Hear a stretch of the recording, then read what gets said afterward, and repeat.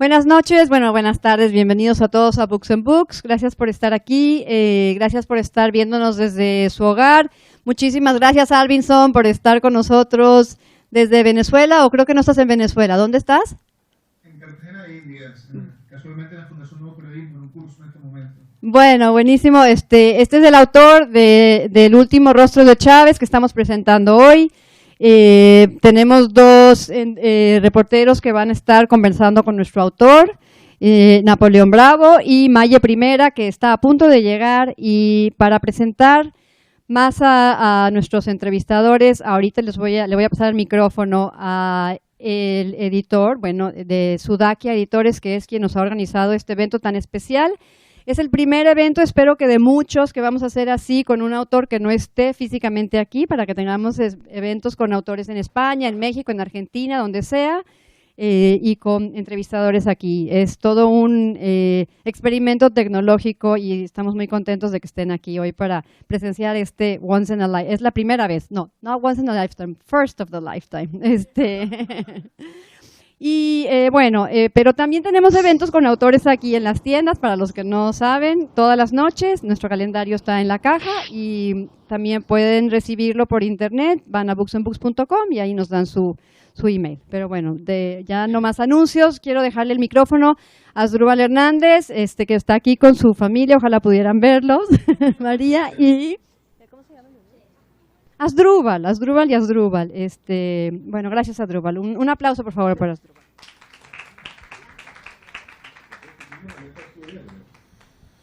Bueno, muy buenas noches o tardes, porque todavía está de día por acá. Gracias a todos por estar aquí. Quiero comenzar agradeciendo a Napoleón y bueno, Maye, que está en camino, por su presencia en este evento hoy. Alvinson por Skype desde Cartagena, como nos contaba. Claro. Originalmente el plan era que estuviese aquí también, pero con todas las revueltas y todo lo que está pasando en Venezuela, el tema de la visa se complicó. Entonces, pues lo tenemos, gracias a Dios, por Skype. Y bueno, también quiero dar gracias al equipo que ha instalado este streaming, a Gloria y a Books and Books, y a todos ustedes por por estar aquí. Bueno, es para mí un honor o un placer presentar al libro de Alvinson, o sea, presentar a Alvinson, y que hoy estamos presentando su libro El último rostro de Chávez, el cual a través de mi lectura deja mucho que reflexionar, sobre todo a los opositores del chavismo, sobre quién fue Hugo Chávez. Bueno, ya supongo que por ahí se irá la conversación. Alvinson, como contesta en Venezuela, trabaja para la cadena Capriles, ha colaborado con Gato Pardo y muchas otras revistas de corte internacional.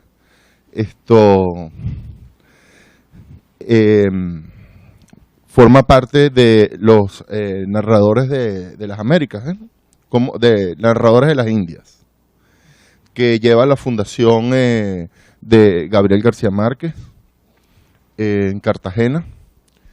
Y bueno, ahorita nos presenta este reportaje que él fue haciendo, o sea, él hizo a través de la enfermedad de Chávez, fue a Cuba, hay testimonios de gente en La Habana dentro del libro.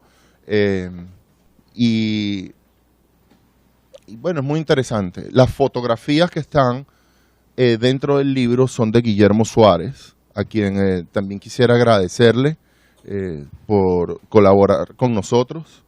Y tienen que ver sobre todo del periodo de los funerales de Chávez y de marchas, y bueno, ya lo verán. Bueno, llegó Maye, así que los dejo con Maye y con Napoleón.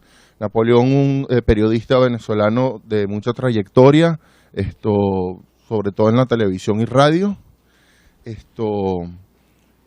Maye, una periodista de El País, amiga conoce a Alvinson. Y bueno, ya creo que nada, los dejo con ellos y que comience la conversación. Buenas tardes y buenas noches. Empiezas tú, ¿verdad? Pero las damas no es primero. De todas formas, saludos a Alvinson, a quien estoy conociendo gracias a la tecnología. Primero, la vieja tecnología de la imprenta a través de este libro, que uno devora fácilmente, y ahora a través de la tecnología moderna del Skype. Saludos y un abrazo y encantado de estar conociéndote. Igual, Napoleón. Has sido muy consecuente con todo tu trabajo y te sigo. Todavía te escucho en la radio el fin de semana. Ah, bueno, gracias. Yo me voy a poner la lupa de los 50 y pico, me estoy quitando cierta edad para poder leer lo que escribí después de esta lectura rápida, porque fue hasta ayer que pude leerlo, y no por mi culpa, no, el libro. Y empiezo la lectura. ¿Quieres que empiece yo la lectura? Bueno.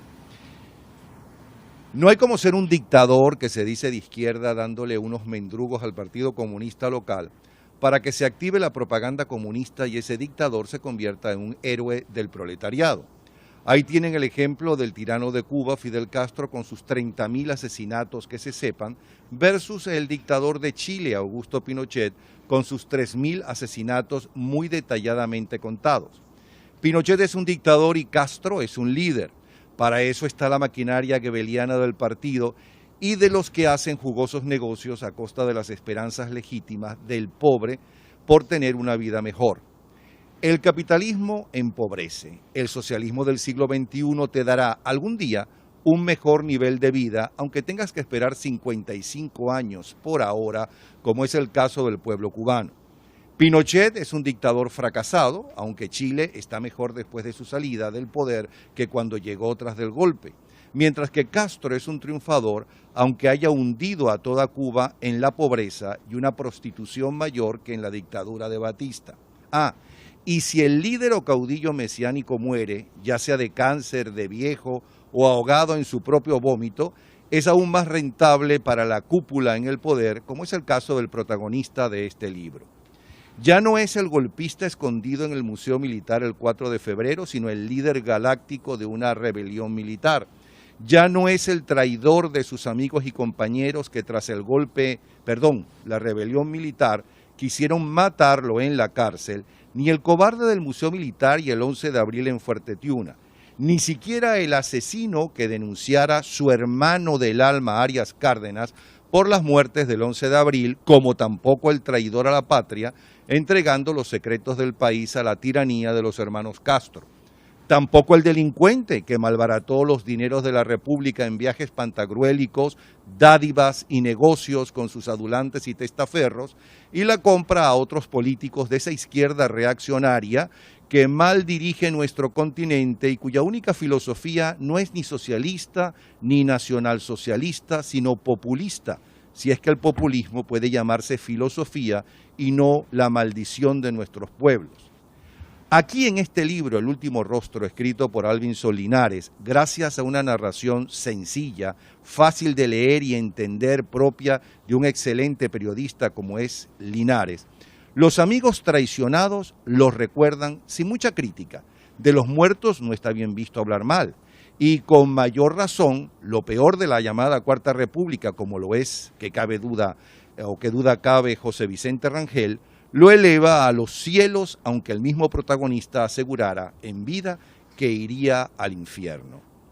En este trabajo están muchos hablando, recordando al último caudillo. Aquí están las humildes viejitas con las que se abrazó en las campañas electorales, que lo recuerdan entre gemidos por su partida física.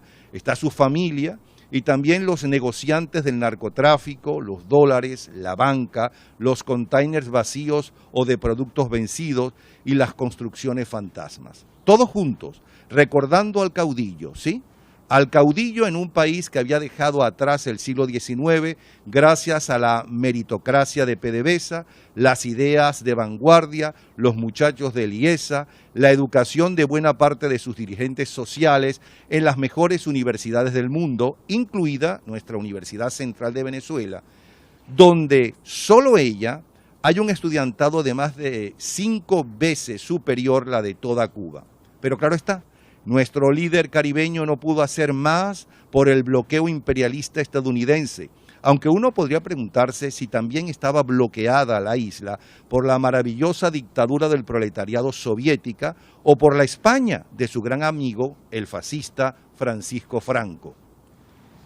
Chávez, mal lector pero excelente de memoria, poco preparado pero una esponja para guardar información y luego multiplicarla a punta de verbo populista, corto de vocabulario pero excelente orador, galante y también patán según la ocasión, fantasioso y muy trabajador, mezcla de personaje de la Venezuela heroica de Eduardo Blanco con la abnegada lucecita de Delia Fiallo, quien, como lo hicieron todos y cada uno de los dictadores que padeció el pueblo venezolano, según el historiador Germán Carrera Damas, explotó hasta la saciedad e incluso hasta los huesos en el sarcófago la figura de Simón Bolívar, a cuyo descendiente, por cierto, persiguió. Trabajos como este de Alvinson Linares hay que leerlos para discutir el personaje, ya que el error de los pensantes de Argentina fue intentar borrar de la historia al dictador Juan Domingo Perón, que como Chávez son personajes históricos.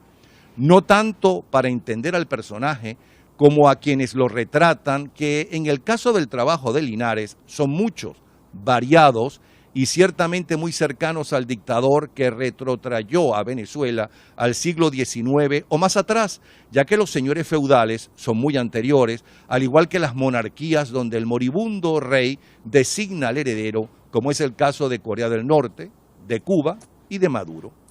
Y alguno dirá, pero ¿por qué este señor habla en esta presentación más del personaje que del autor del trabajo? Precisamente ese es uno de los valores del libro. Incentiva la discusión del personaje gracias, repito, a un trabajo intenso de lenguaje sencillo y fácil de entender. Un libro de referencia obligada, pienso yo, para el estudio de la forma de entender estos 15 años con los testimonios del pueblo, dirigentes y ladrones del erario público también.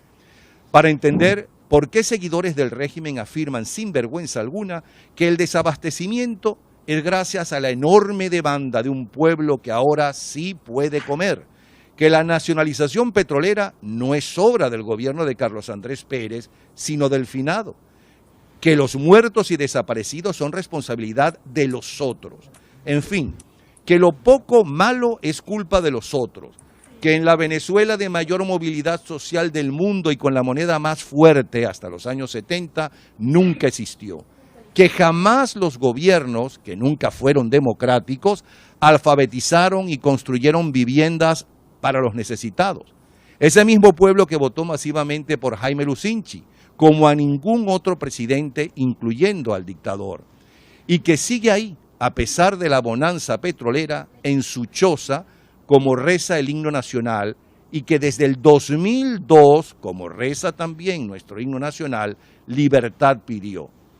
Quisiera, antes de terminar y como demostración de uno de los valores del trabajo de Alvinson Linares, comentarles solo 2 llamadas que hice en base a la lectura del trabajo. En la página 44, por ejemplo, Vielma Mora fantasea y le declara a Linares: Chávez era el mejor instructor de historia militar y de historia mundial. Fue un hombre brillante en el ámbito castrense y no lo era más por sus labores políticas en esos años que le quitaban todo el tiempo. Él ascendió de primero a mayor. Vielma Mora no pensaba así, por cierto, cuando estando en el CENIAT fue destituido por conspirar contra él. Pero bueno, cuando le leí ese párrafo al general Peñalosa, con una sonrisa en los labios me respondió: era un oficial promedio, ni el peor ni el mejor, promedio, y en cuanto al ascenso, quien lo adelantó para colocarlo de primero fue el general José Humberto Vivas, ya que Chávez era su pupilo. Cosas del subdesarrollo. Esto último es acotación mía, por cierto, lo del subdesarrollo. Por último, ya que este acucioso trabajo se llama El último rostro de Chávez, pregunté al doctor José Rafael Marquina, desde el punto de vista de un especialista en la materia y de manera sencilla y fácil de entender, ¿cuál fue el último rostro del finado? Y podría resumir así la media hora de la cual me habló por teléfono. Con un rictus de dolor, porque el orador brillante estaba entubado sin poder hablar desde el 26 de diciembre. El incansable viajero de puerta en puerta y de entarimado en entarimado por todo el país no podía moverse desde la cirugía del 11-12 de diciembre, y menos aún aparecer en cámara cual Amador Vendayán de la política, porque las vértebras se le convertían en arena. Con fortísimos, intensos dolores desde el mes de septiembre y en estado vegetativo, muerto en vida desde el 29 de diciembre, hasta que una vez solucionado el problema de la sucesión y los cargos y dineros del entorno, decidieron desentubarlo y terminar de matarlo. Como diría mi abuela y la buena gente de mi país, que en paz descanse. Aunque mi pueblo no tenga descanso con el gas del bueno, la miseria, el desabastecimiento, el crecimiento del amponato, la corrupción desatada y la desaparición de la industria que el finado nos dejó como herencia revolucionaria. Esto fue lo que yo sentí y lo que conversé gracias a este libro de Alvinson Linares.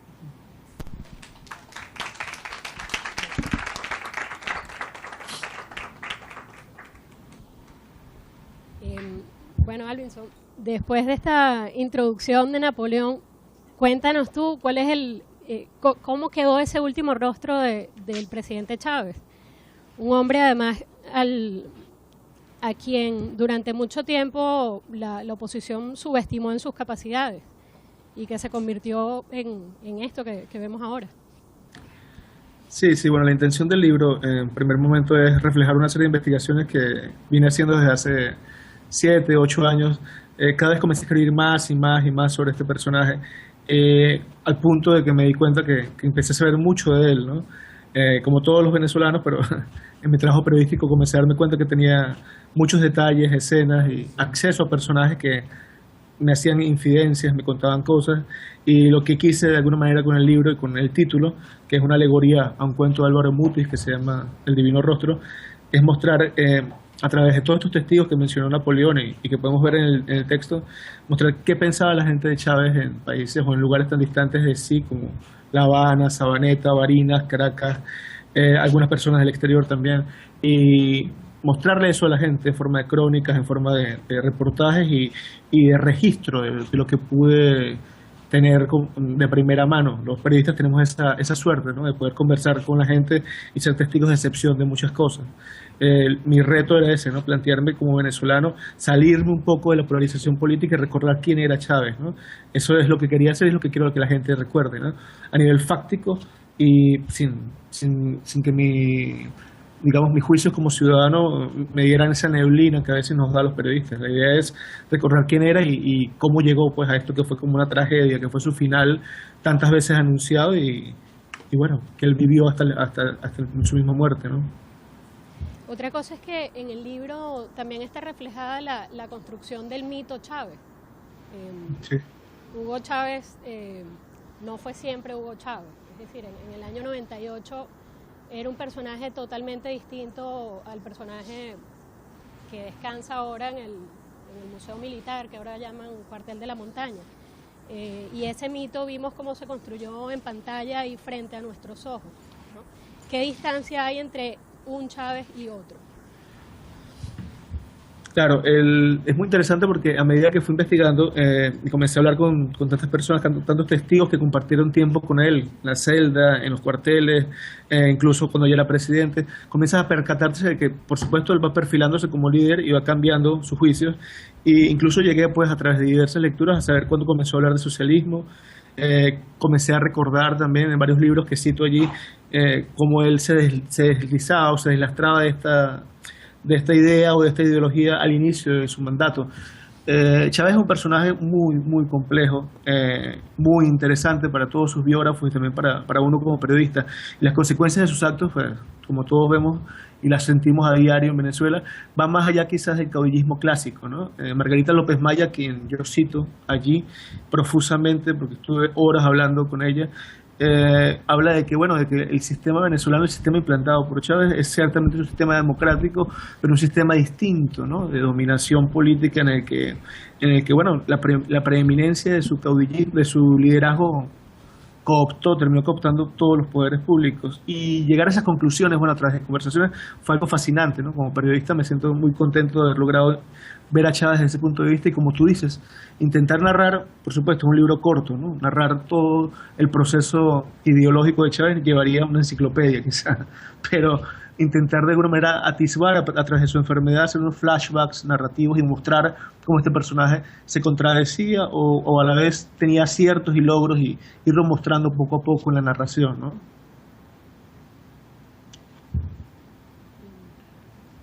Bueno, recordando lo que mencionaba Napoleón en su introducción acerca de esta como aura pantagruélica, ¿no? En todo el ejercicio del gobierno. Recordé una escena de Gargantúa y Pantagruel, que es esta discusión que tiene con un catedrático francés, Pantagruel, ¿no? Sí. Y Pantagruel lo derrota a fuerza de señas, casi todas ellas obscenas, ¿no? Sí, sí. Entonces, tal vez nos pasó un poco esto con Chávez, es decir, un hombre que, como dice Margarita López Maya, no era el más solvente, digamos, intelectualmente. Él mismo, en una entrevista que le hace a Agustín Blanco Muñoz, confiesa no tener ni idea de qué era el marxismo. Y sin embargo, se propone construir una nueva idea del socialismo del siglo XXI. Y además con el plan de que fuese una política regional. O sea, ¿cómo llegamos a este punto? ¿Era Chávez un diente roto? ¿Era un timador? ¿Era un gran improvisador? Yo diría que comparte, como lo muestro en el libro, rasgos comunes a grandes líderes y caudillos de América Latina, desde Pancho Villa hasta pasando incluso por amigos de él como Néstor Kirchner, no sé, Saddam Hussein, gente con la que él se relacionaba y se entendía muy bien, tenía mucha empatía. Era un hombre profundamente inteligente. Decir que Chávez era un bruto es simplemente no conocer al personaje. Era un hombre con una profunda convicción por las políticas sociales, que para bien o para mal, con despilfarros o no, es lo que se vive en Venezuela hoy en día. Que están mal ejecutadas, que se roban la plata, que está rodeado de corruptos, bueno, esas son consideraciones que no están en el libro como tal, ¿no? Pensar que Chávez no tenía una profunda sagacidad política es simplemente no darse cuenta de la profundidad del personaje. Es un hombre que logró en menos de 15 años cambiar el juego político en Venezuela y cambiar la institucionalidad. Que no nos guste a algunos o que a algunos sí les guste, bueno, es una discusión distinta. Mostrarlo es el objetivo del libro, mostrar cómo este personaje comienza a adquirir mucha más profundidad política, ideológica, y también mostrar, bueno, su gran tragedia, ¿no? Como dice Teodoro Pekov allí en una entrevista que tuve con él muy reveladora, Pekov dice que lamenta mucho ver cómo Chávez no logró su objetivo, ¿no? Que eso debe haber sido muy doloroso para él. Sabiendo todos que Pekov es uno de sus grandes adversarios políticos, creo que fue muy, muy interesante escucharlo de él. Sí. Hay otra cosa que dice Teodoro Pekov, lo dice sobre lo que Chávez legó a Maduro, ¿no? El tipo de gobierno que legó. Como bien dices, él logró cooptar a los poderes públicos de tal manera de que el Estado y partido ya parecen ser una misma cosa, ¿no? Decía Teodoro además que el modelo que legó es un modelo militar de gobierno que simula civilidad, ¿no? Y dice concretamente sobre Maduro que él no ha logrado afirmar a los civiles en el poder, ¿no? O sea, cuando se da toda esta discusión acerca de quién sería el sucesor del presidente Chávez, una de las grandes interrogantes era si sería un civil o un militar. Finalmente se escoge al civil, que es Maduro, pero realmente son los civiles los que están gobernando Venezuela. Sí, fíjate, si hacemos una contabilidad numérica quizás de los cargos públicos, veremos que hay una enorme, enorme inclusión, no solamente de militares, sino de exmilitares y amigos de Chávez o personas vinculadas al mundo castrense. Si mal no recuerdo, bueno, acá tengo el libro abierto igual, Pekov habla allí de que no es una alianza cívico-militar, sino al revés, militar-cívico. A veces se tiene la impresión de que una excesiva militarización, y si nos vamos a los hechos es así, ¿no? Los grandes cargos de poder están dominados por exmilitares en muchos casos, grandes cargos operativos están dominados por militares. Allí en el libro cito también una teoría, ¿no?, que maneja gente como Nelson Rivera, que es un intelectual venezolano, en la que se habla de esto, un sistema de gobierno manejado por una suerte de cuadros selectos, una élite militar, que más allá de las votaciones son los que realmente gobiernan productivamente hablando del país, ¿no? Más allá de los concejales, los alcaldes, los diputados y muchos ministros, vemos que hay como elementos como las REDI, zonas nuevas de militarización, no, entonces gestión de las regiones, y constantemente al frente de estos nuevos organismos suelen haber cuadros militares, ¿no? Sí, bueno, de hecho, aproximadamente 1.500 oficiales activos forman parte de la burocracia venezolana. La mitad de los gobernadores del chavismo son militares. O exmilitares, incluso algunos militares retirados de Venezuela son ascendidos, cosa que es muy rara. Bueno, justamente el caso de Bielma Mora, el presidente de la Asamblea Nacional de Venezuela, que ahora es, Bielma Mora, Diosdado Cabello, que fue ascendido a capitán en diciembre pasado, ¿no? Sí, es uno de los ejemplos, ¿no?, de la preeminencia quizás de los cuadros castrenses allí. Y en el caso específico de él, bueno, lo que me llamó la atención a mí fue que, estando retirado, por lo menos supongo que se le dieron la baja, lo ascendieran, ¿no? Es algo que no se estila, sobre todo en otros ejércitos del mundo. Sí. Y también, ¿qué influencia tuvo esta aura militar en los funerales del presidente, en la manera como se desenvolvió toda el luto, el desfile militar, toda la conmemoración del sepelio? No, el fasto de los funerales de Chávez, que quizás es uno de los núcleos importantes del libro, porque bueno, estuve allí muchas veces y entrevisté a mucha gente. Allí comparo con una experta cómo fueron los funerales, y los fastos son similares o recuerdan a Bolívar, ¿no? Y a lo que sucedió cuando se repatriaron los restos del Libertador a Caracas, ¿no? Sí. Había en toda la puesta en escena, y además en todo el fervor y el dolor, ¿no?, que tenía la gente por la muerte de Chávez, bueno, un gesto además del Estado de mostrar que había muerto un benefactor, el benefactor de la patria. No existen, me decían a mí los expertos historiadores, ningún parangón posible, ¿no?, ni con la muerte de Gallegos. El único parangón posible es la muerte ni de Gallegos ni de Betancourt. La muerte de Chávez se compara a la muerte de Bolívar, por la movilización de gente que hubo de todas partes del país, por la cantidad de colas, el colapso de la ciudad, los días de duelo. O sea, no hay forma de compararlo con otro momento, sí, ¿no? Como siempre digo, para bien o para mal, ¿no? Sin embargo, estar allí fue palpar la historia de Venezuela y entender muchas cosas en esas colas, ¿no? Esas colas comprendidas, que mucha gente iba simplemente porque quería verlo. Muchos opositores iban porque no querían perdérselo. O sea, fue algo que paralizó el país durante días enteros. A mí, en cambio, me recuerda los funerales de Stalin, de Francisco Franco, y un libro maravilloso de un colombiano llamado Jorge Salamea, que fue, por cierto, embajador en Venezuela, que se llama El Gran Burundá ha muerto. Bueno, también los funerales de Mamá Grande, ¿no? Napoleón podría ser un escenario similar. ¿Cómo ha transcurrido apenas un año?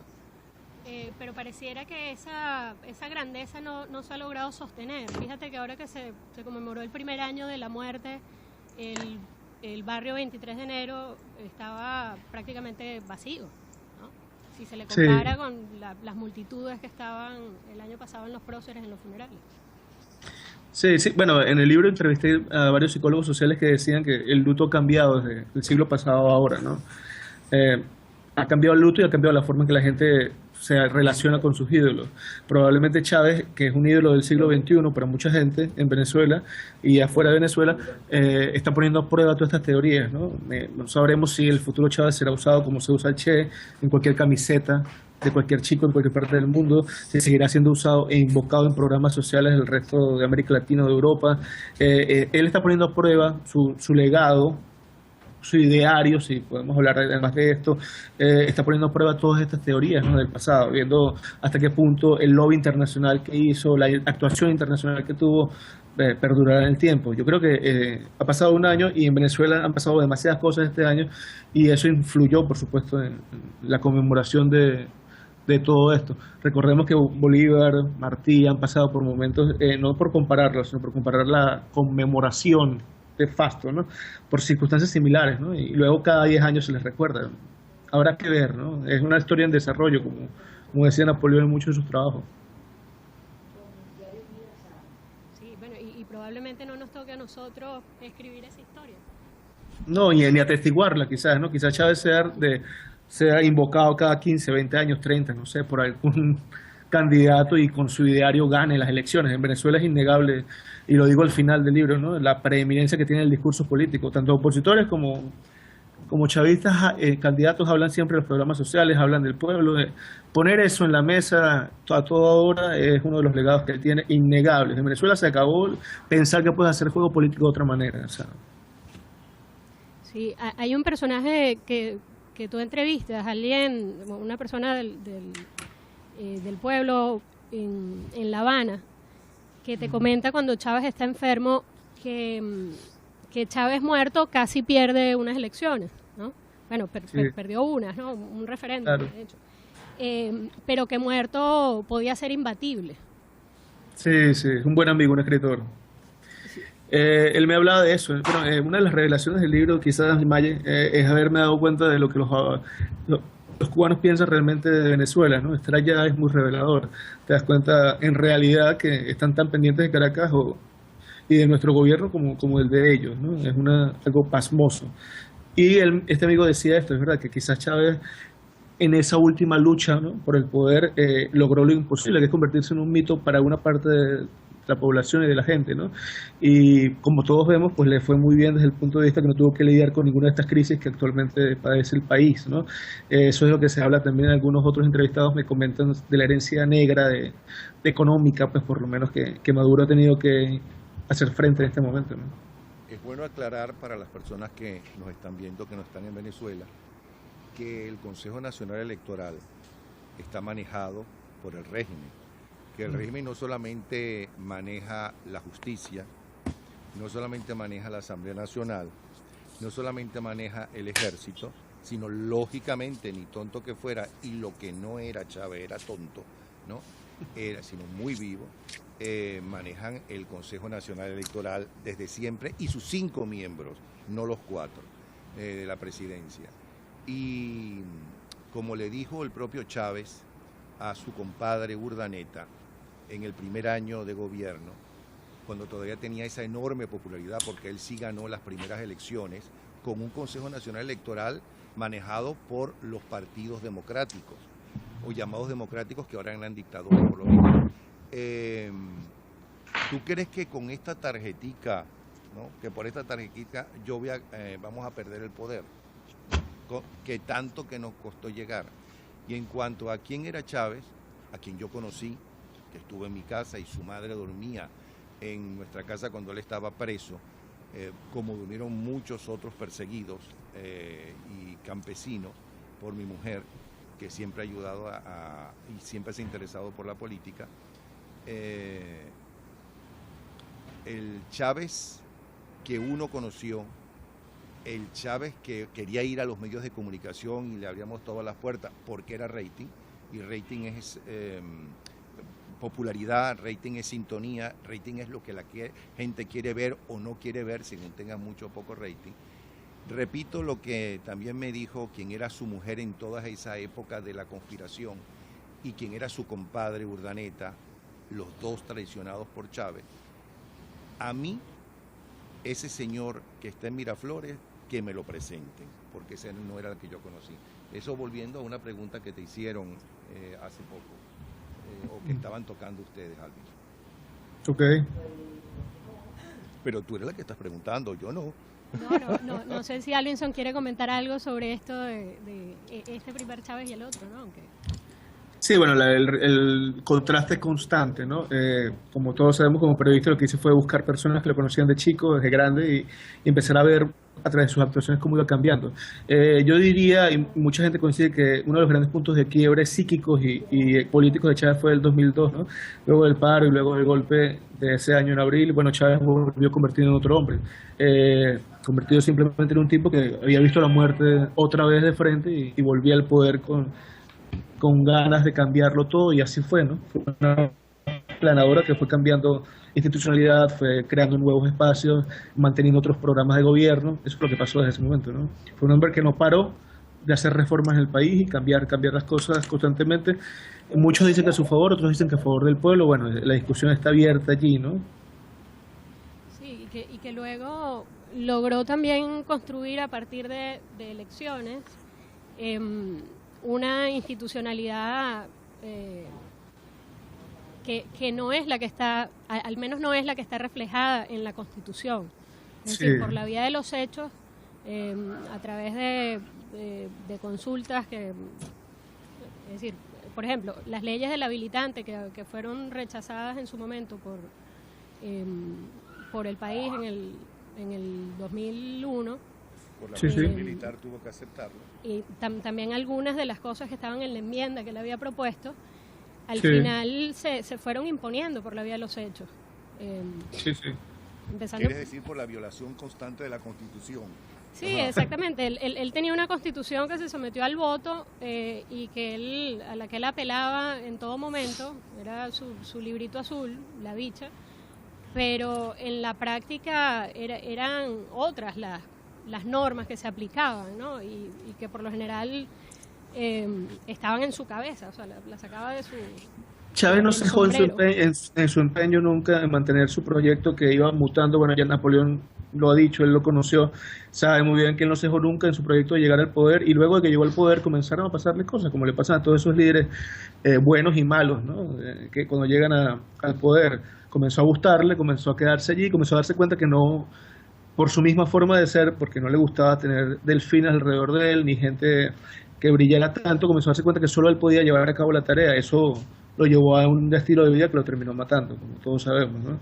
Y además impidió que hubiese, digamos, mucho brillo a su alrededor y grandes funcionarios que pudieran llevar a cabo el socialismo del siglo XXI, que es esa incógnita que tenemos allí los venezolanos, ¿no? Que es un modelo entre comunas, un modelo que no termina de ser industrializado, es algo que se está discutiendo todo el tiempo y que estamos padeciendo y también lo estamos disfrutando algunos, ¿no? Por cierto, este socialismo del siglo XXI tiene algo que ver con el árbol de las tres raíces, que tanto hablaba al principio, o con la tercera vía, que tanto hablaba al principio. Con bueno, su crítica a Fidel Castro llamándolo dictador antes de las elecciones. Sí, hay un poco de todo. Ahí en el libro, ¿te acuerdas que menciono ahí como un largo capítulo que me citó Krause, en el que hay, bueno, velasquismo, hasta Foucault, a veces citó Chávez en vivo. O sea, en realidad hay como una suerte de inexactitud en lo que él quería, pero yo creo que en el último plan de la patria sí hay como una coherencia allí, que es el Estado comunal, que es algo que tiene muy pocos precedentes, ¿no? Y es algo que se está discutiendo en Venezuela, por lo menos en el cuadro oficialista y a nivel de gubernamental, pues, que es lo que podría citar como periodista, ¿no? Pero lo que él quería, no piensas, ya que me están invitando a entrevistarte, lo que él quería no era, y no está demostrado después de 14 años, sencillamente era el poder. Yo diría que él quería estar en el poder y estar allí, pero yo no puedo negar que Chávez tenía un profundo interés por hacer programas sociales y además por intentar que eso fuera rentable para el país. Ahora, en el camino se perdió, ¿no? Pero tú lo viste como yo, ¿no? Testiguaste que se perdió y hubo presiones de todo tipo y comenzó a desdibujarse quizás el modelo. El chavismo dice que, como tal, y el chavismo que aparece allí reflejado en el libro, a quien entrevisté, muchos amigos míos y otras personas que me dieron entrevistas, dicen que es un modelo que se está haciendo y que en esos momentos pues la gente sufre, ¿no? Pero esos profundos o esas necesidades sociales de Chávez tú te refieres a las misiones. En general las misiones y el gasto público, ¿no? El gasto público dedicado a los sectores El gasto público de dar el dinero a Bolivia, a Nicaragua, a Argentina, para defenderlo a él y a su régimen, porque bueno, en esas misiones que al principio sí resultaron, por cierto, y que es idea de Cuba y idea de Castro, porque no hay que quitarle también los méritos al otro dictador, porque sí tuvo méritos en eso. Esos programas, esas misiones no eran permanentes como los programas sociales que hizo ADEI y COPEI, con todos los defectos que tuvieron ADEI y COPEI, sobre todo al final, ¿no? Y sin olvidar toda la revolución que realmente ellos hicieron en salud, en educación, en viviendas populares, me refiero a los gobiernos de ADEI y COPEI, ¿no? Esos programas sociales eran mucho más duraderos, más coherentes que esas misiones que, por cierto, eran positivas, pero era una mala distribución de la riqueza que no es propia solamente de ese régimen, que ya venía desde antes, porque es inaudito que un país petrolero que llegó a ser en la época de Pérez Jiménez el tercer productor de petróleo del mundo y en la época democrática el quinto productor de petróleo del mundo, ahora no sé en qué puesto estará, no, es inaudito que hubiera marginales. Pérez Jiménez dejó en Caracas 6.000 ranchos, como anunciaba el gobernador del Distrito Federal, Pacanís, el padre, por cierto, de Carolina Herrera. Pero los marginales son de la llamada democracia. Pero esos marginales crecieron y esa pobreza creció no solamente en democracia, sino después, en estos 14 años. Ciertamente, creció y creció la población también, ¿no? Y el chavismo de alguna manera argumenta que, bueno, que ellos con sus programas sociales lo que hacen es simplemente llevarle a la gente no solamente dinero o comida, sino darles poder, ¿no? Desde el punto de vista de las leyes y de todo esto que es el Estado comunal. Yo siento que, como todos los venezolanos, que bueno, hay grandes retos para la gobernabilidad democrática en Venezuela, y uno de los grandes retos es hacer eficiente ese sistema, por lo menos para el chavismo. El sector de la población que quiere salir de ese sistema, bueno, tendrá otros retos distintos, ¿no? Gobernar desde otro punto de vista.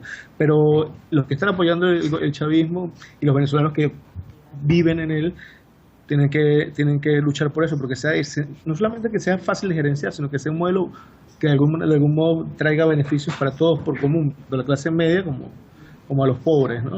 Es innegable todas las fallas que tiene, pero volviendo a Chávez, bueno, Chávez era un tipo que lo que simplemente de alguna manera quería era mantenerse allí, intentando llevar su utopía a la práctica. Todos sabemos que eso pocas veces sale bien en la historia, ¿no? Ahora, eso de la pobreza creció porque la población creció. Me recuerda lo que le lavan el cerebro a través del canal que no es del Estado, sino del partido o del régimen, que dicen que hay desabastecimiento en Venezuela porque ahora la gente tiene más dinero y los pobres pueden comprar comida porque antes se morían de hambre y ahora no se mueren de hambre, ni hay pobres, ni hay niños de la calle. Y entonces, como hay mayor demanda, por eso es que hay desabastecimiento. Supongo que tampoco habrá papel de periódico porque ahora las ediciones de periódicos son mayores, ¿no? Cerraron las industrias, ¿no? Porque ahora esas industrias que cerraron, esas miles de industrias, no se necesitaban, las buenas son las que vienen de afuera, que como no tienen sentimientos nacionalistas, ¿no? Esas son las que gustan en Cuba y las que están gustando en el régimen, supongo todo eso. Porque eso es de verdad es increíble que se cree la gente que lo sigue, que no es que haya desabastecimiento, sino que haya acaparamiento. Bueno, Napoleón, ¿qué te puedo decir? O sea, lo que hago en el libro es citar ambas miradas, ¿no? Y que la gente se ubique en el lado que cree que se siente bien o en el lado además de que puedo narrar la historia. Yo siento que hay innumerables fallas, ¿no? Alvinson, tú no recuerdas, ¿sí? Hace poco tiempo todavía, porque el Héctor Rodríguez, ministro de Educación, lo declaró, porque además la torpeza es inaudita, porque eso se hace y se piensa, pero no se dice, ¿no? Héctor Rodríguez, sí, claro. Durante décadas y décadas en la Unión Soviética y en sus satélites y los satélites de Rusia, que ellos no iban a darle educación y comida, o sea, eliminar la pobreza, porque entonces se convertían en clase media y se convertían entonces en reaccionarios. Ellos, todavía más que los políticos populistas tradicionales, necesitan que el pueblo pase hambre y sea ignorante para que dependan de ellos. Es muy sencillo.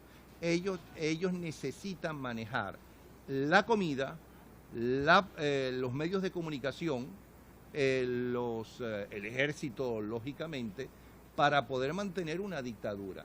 Pero el pueblo venezolano no dejó de vivir en ranchos en estos 15 años de bonanza petrolera como en ningún momento en la historia de Venezuela. En ningún momento hubo tanto dinero. ¿Qué se hizo en ese dinero? Lo mismo que hizo Castro con el dinero que le daba la Unión Soviética, que también, apátrida como es, metió en Cuba al ejército rojo de Rusia durante muchos años. ¿Qué hizo con ese dinero? ¿Para subirle el nivel de comida, de educación a la gente o de alimentación a la gente? No, hubo una libreta y hay una libreta. Ese dinero lo que hizo fue comprar armas y llevar al pueblo de Cuba, como no podían los rusos directamente hacerlo por acuerdos con los norteamericanos, ya que era un área de influencia norteamericana después de la división del país, del mundo, a raíz de del fin de la Segunda Guerra Mundial, llevaban a los cubanos como carne de cañón a pelear en África. Chávez no hizo eso, porque vamos a estar claros, Chávez no llegó jamás ni remotamente a ser ese asesino que es Castro. En esos 14 años pudo haberlo hecho, ni siquiera lo que está haciendo ahora Maduro, porque en ese sentido José Vicente Rangel, que manejaba la política por detrás, es uno de los tipos políticamente más inteligentes y más maquiavélicos que ha tenido el país, vamos a estar claros. Y en cambio Maduro, no sé quién lo dirige, si son los Castro, que está haciendo todas estas barbaridades y desenmascarando al régimen. Sí, todo bueno, esto lo hago gracias a tu libro, déjame decirte, sí, gracias a la discusión que tu libro plantea, y te felicito de nuevo. Gracias, Napoleón. Bueno, en el libro, si recuerdas, también hay algo muy interesante y el mismo Teodoro Pekov dice que Maduro no lo tiene fácil, no lo iba a tener fácil y que en el fondo no le cae mal. De hecho, allí dice del presidente, dice Teodoro, que le encantaría saber cómo gobierna, porque él siente que no está gobernando, ¿no? Que quizás nos sorprenderíamos si realmente pudiera tomar todas las decisiones Nicolás Maduro, pero él siente que no es así. Hay otra cosa, Alvinson, que es que durante mucho tiempo, al menos eso era lo que reflejaban las encuestas de todas las aceras, era que durante mucho tiempo el electorado venezolano desvinculaba la mala gestión de gobierno, a la que evaluaban cerca del 70% negativamente, lo desvinculaba de Chávez como figura, ¿no? Mucha gente pensó en algún momento que era que el presidente no se enteraba de qué era lo que no estaba funcionando. Pero el mismo presidente, que seguía manteniendo una popularidad por encima del 50% hasta ¿cuánto? El año 2006, por allí. Sí, sí. Él salió en defensa de este gabinete con el que jugó durante todos estos 15 años. De hecho, es la misma gente que está gobernando. Sí. Ministros que han ocupado hasta 5 carteras que no tienen que ver una con otra, ¿no? ¿Cómo logra Chávez eso, ¿no? Desvincular su figura como líder de una mala gestión de gobierno. Y mira, había un efecto, disculpa, sigue. Sí, no, y quería comentarte justamente algo que te cuenta una señora de Barinas cuando murió Chávez, ¿no? Que dice, en mi casa no había luz cuando se murió y me enteré tarde, ¿no? Sí. Pero llora desconsoladamente la muerte de Chávez. Sí. Fíjate, él logró, como desvincularse por múltiples ejercicios de algo que vivimos muchas veces y se nos ha olvidado. Él regañaba a los ministros en público, él regañaba a la gente en público y se hacía el sorprendido. Y probablemente en realidad estaba sorprendido a veces, ¿no? de la ineficacia de muchas de sus gestiones. Y con este recurso, de alguna manera audiovisual, repetido tantas veces, me dicen algunos psicólogos sociales que fue invaluable. O sea, la gente se daba cuenta que realmente él parecía no entender o no saber lo que estaba pasando y ellos decían, pero lo estaban engañando, él no tiene la culpa y además recordemos que Chávez tenía un enorme arrastre social que hacía que la gente lo siguiera a donde fuera y sin duda gente como Ángel Oropesa, con el que he conversado últimamente, me decían que si Chávez estuviera vivo no habría este nivel de conflictividad social en este momento. Él habría logrado de alguna manera bajarlo con ese don que tenía, ¿no? De hablar con la gente y lograr cohesión. Fíjate que Chávez no sabía qué pasaba fuera del país, que ni siquiera en el país, fuera de Miraflores, que ni siquiera sabía qué pasaba dentro del cuarto donde él dormía. ¿No te acuerdas de los trajes? Que, oh sorpresa, trajes carísimos. Está lleno de trajes. ¿Quién me los pone ahí? Yo no sé cuáles son. No sabía los relojes carísimos que tenía que... ¿Quién se los puso esos relojes? Chávez no sabía nada de eso. Era todo amor. Por cierto, ¿sabes cómo hacen las encuestas? Las encuestas son para países donde no hay dictadura. Esto me lo contó el dueño de una de esas empresas. Para ir a un barrio en Venezuela, ¿okay? Ellos llevaban a muchachos para allá. ¿Okay? No importa lo inteligente que fuera la encuesta, eso es aparte, lo bien preparado que fuera, esos dos muchachos que iban a ese barrio tenían que subir con, ¿cómo es que se llaman los que piden plata para que puedan entrar en el barrio? Los malandros que piden plata, eso que cobran peaje. Tenían que cobrar peaje. Cuando llegaban a la primera puerta de un rancho o cualquier puerta del rancho y tocaban, el dueño o la dueña de ese rancho abría la puerta y lo primero que veía eran los dos malandros del peaje que ella conoce, ¿okay? Más estos dos muchachos desconocidos. Si a ti te toca la puerta esos malandros con estos dos muchachos que no saben si de verdad son de una encuestadora o son del gobierno para saber qué piensas tú, y te preguntan algo que pueda comprometerte en contra como enemigo del régimen, tú vas a contestar y te vas a comprometer. Imposible, no lo puedes hacer. Y eso es la enorme popularidad de un Chávez, no al principio, que sí la tuvo y muy grande, no tanto como Lucinchi, por cierto, que no era santo de mi devoción y él menos, y yo menos de él, pero la tuvo. La enorme popularidad de Chávez yo no la entiendo en los últimos 10 años, porque en las elecciones uno veía como la oposición, que votaba por quien fuera, ¿no? Eran múltiples la gente que iba. En cambio, para las manifestaciones del chavismo iban 4 gatos y tenían que llevar decenas de autobuses. Pero así todo, Chávez arrasaba. Así es uno de los enigmas, ¿no crees? Así toda la gente votaba por él. Pero cuando tiene que dejarlo como un día, 24 horas. Es peligroso porque el agua puede disolver la sal. Después tendrás un depósito de sal. Y eso como hola, hola, ¿me escucho? No, es arroz. Ah, bueno. Hola. Alvinson. ¿Sí? Tienes ruido de fondo. Ah, buenísimo. Vamos con las preguntas de la gente que nos está acompañando. Ajá, buenísimo. ¿Quieres que me pare y lleve el micrófono a cada persona?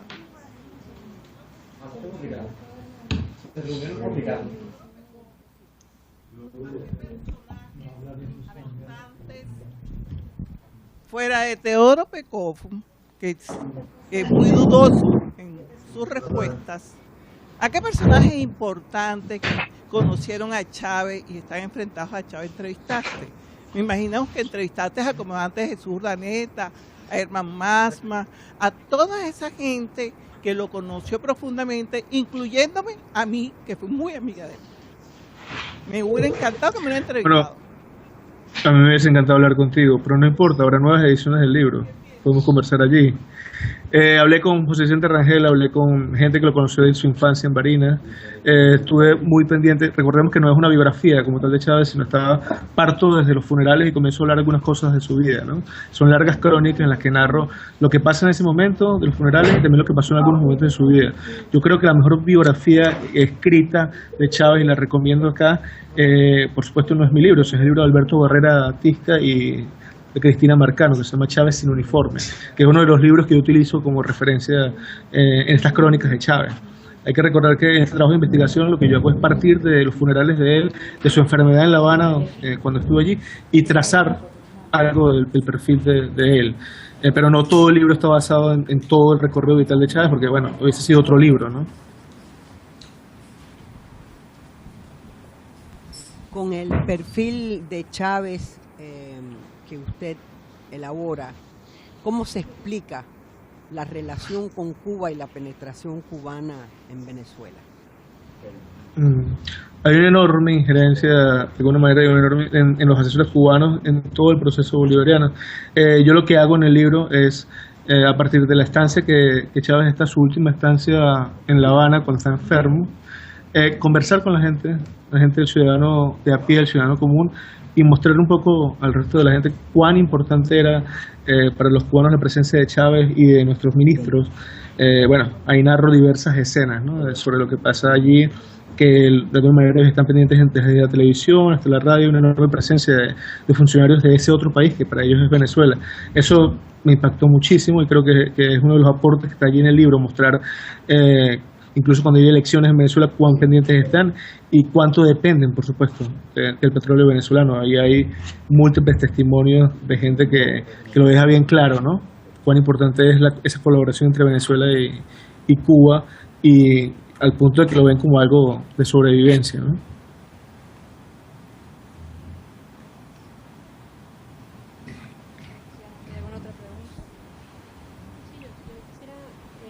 Agregar algo con respecto al tema cubano, Alvinson. Mucha de la gente a la que consultas dice que termina siendo más importante la vida de Chávez que la vida de los Castro, ¿no?, para el sostenimiento económico de la isla, que recibe bueno, más de 100.000 barriles de petróleo al día. Y fíjate que muerto Chávez, Cuba ya está en otras alianzas económicas, ¿no? Sí. Justamente este fin de semana se acaba de aprobar una nueva ley para la inversión extranjera. Y a partir de esa ley, además, se cree que van a llegar un montón de inversiones, por ejemplo, de México, de Brasil, sobre todo, ¿no? Entonces, es interesante también cómo en el último año, o tal vez desde que Chávez se enfermó, ya el gobierno de La Habana también empieza a buscar nuevos aliados económicos que puedan sostener su economía en el caso de que Chávez muriera y que el chavismo no permaneciera en el poder.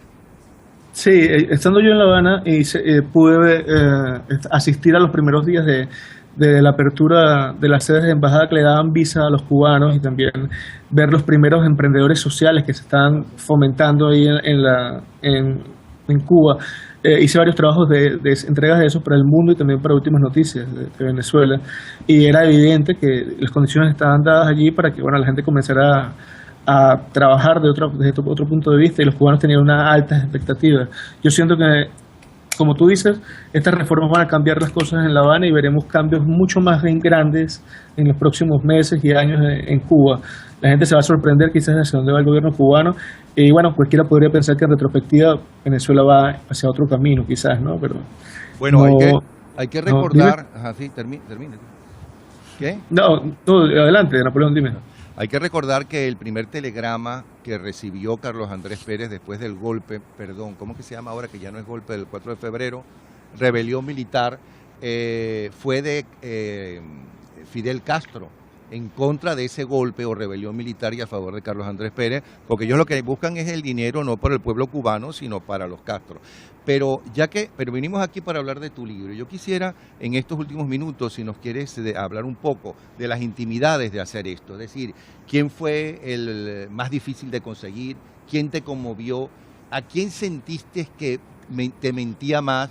¿Y quién sentiste que lo decía con mayor convicción, con mayor amor? Al personaje que nadie quita, que ha pasado la historia, que nadie quita, que es un caudillo populista, pero el típico caudillo tercermundista. ¿Qué fue lo más difícil en la elaboración de el último rostro de Chávez?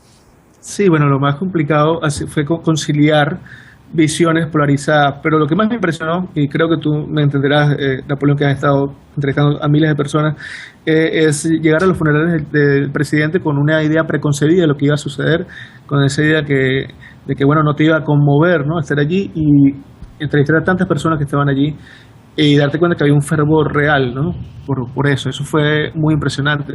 Sentir la tensión en contrapartida de los cubanos, por ejemplo, con la enfermedad de Chávez, su nerviosismo también era algo desolador, ¿no?, para mí, me impresionaba mucho.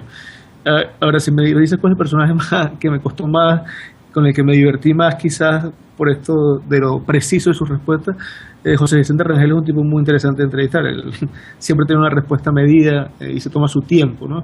Siempre crees que cuando te está respondiendo está pensando qué es lo próximo que le vas a preguntar, intentando proyectar una respuesta. Es genial durar horas con él e intentar sacarle algo, ¿no?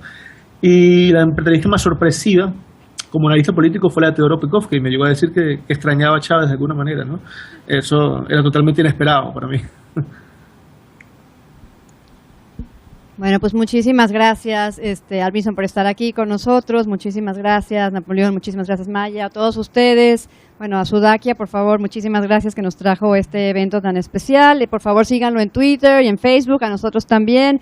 Muchísimas gracias a UA Streaming, que sin ellos no hubiera sido esto jamás posible. Es la primera vez que esto se hace y espero, si les gustó, que podamos hacer más eventos así interactivos con autores que estén en todo. Esto nos abre la puerta a toda Latinoamérica, España, ¿no?, a todos lados. Gracias, buenas noches.